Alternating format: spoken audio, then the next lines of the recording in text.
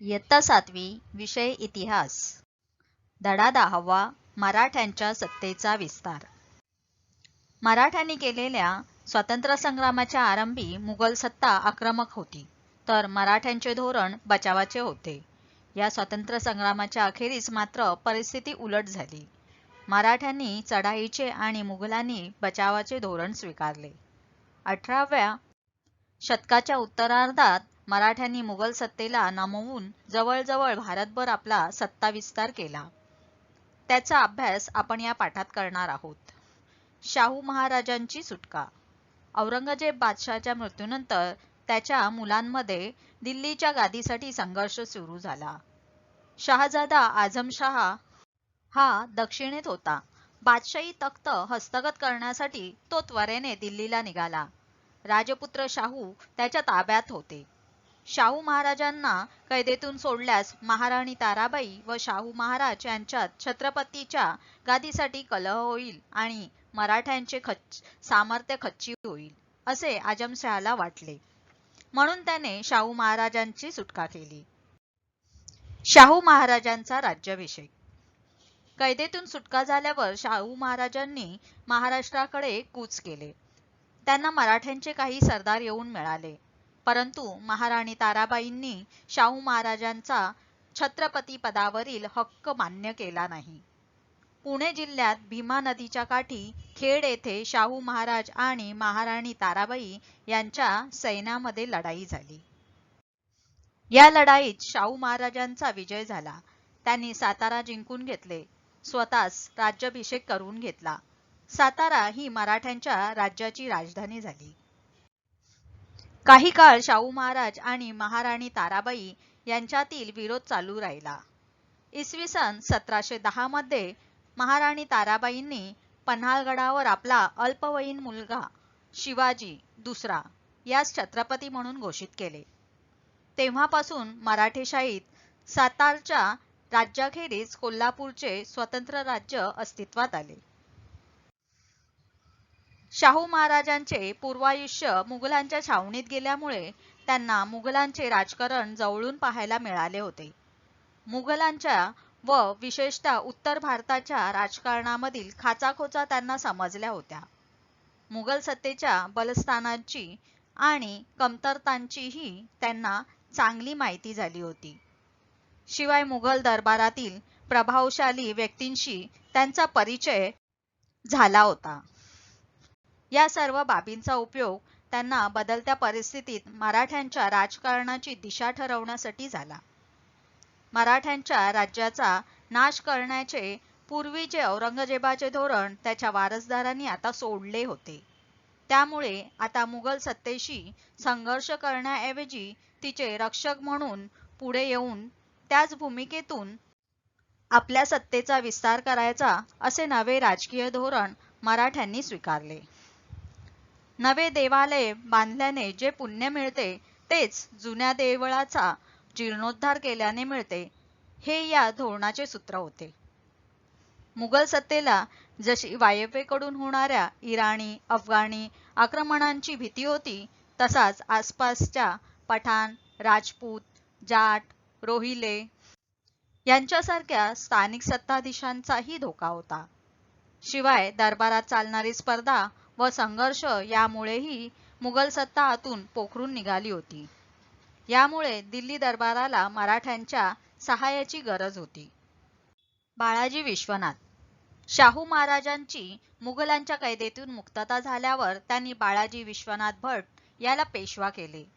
बाळाजी मूळचा कोकणातील श्रीवर्धन गावचा. तो कर्तृत्ववान व अनुभवी होता.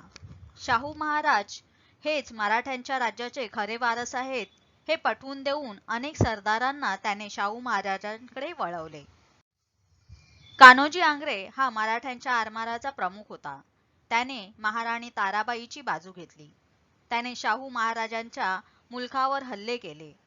त्यामुळे त्यांच्यासमोर कठीण परिस्थिती निर्माण झाली. या परिस्थितीमध्ये त्यांनी बाळाजीला कान्होजी आंग्रे विरुद्ध पाठवले. बाळाजीने युद्ध टाळून मुत्सद्देगिरीने कान्होजी शाहू महाराजांकडे वळवले.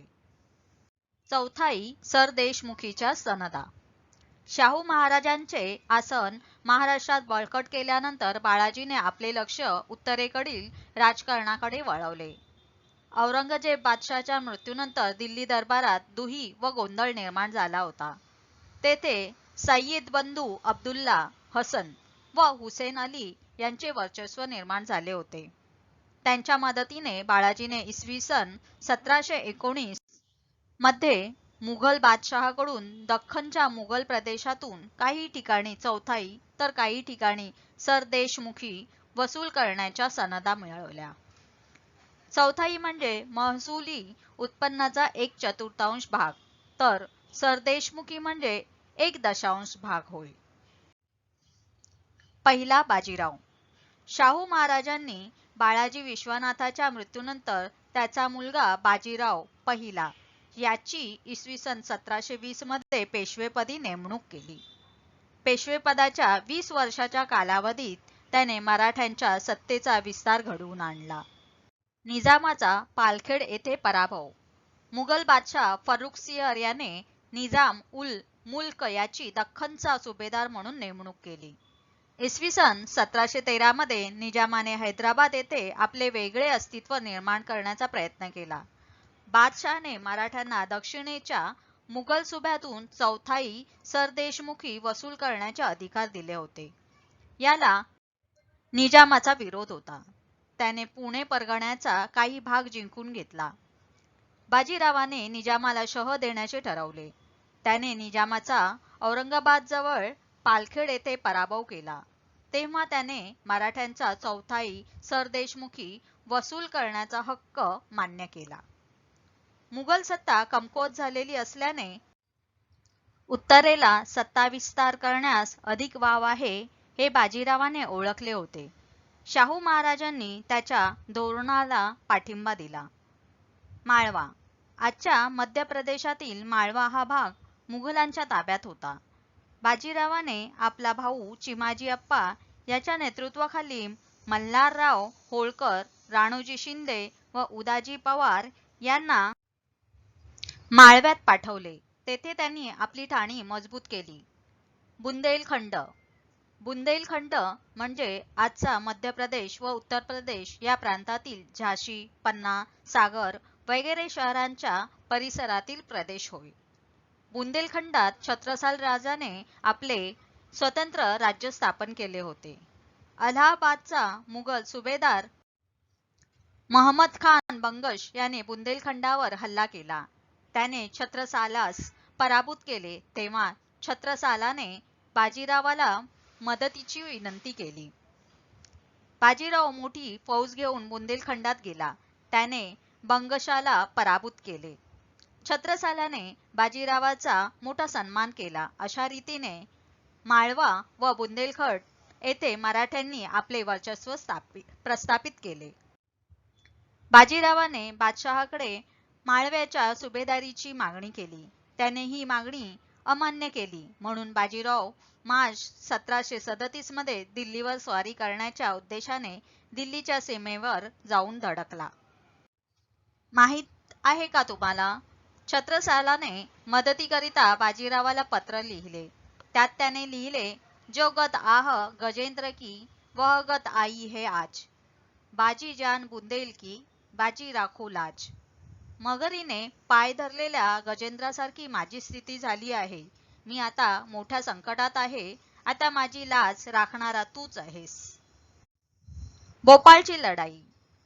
बाजीरावाच्या स्वारीमुळे बादशहा अस्वस्थ झाला. त्याने निजामाला दिल्लीच्या रक्षणासाठी बोलावून घेतले. प्रचंड फौजेनिशी निजाम बाजीरावाविरुद्ध चालून गेला.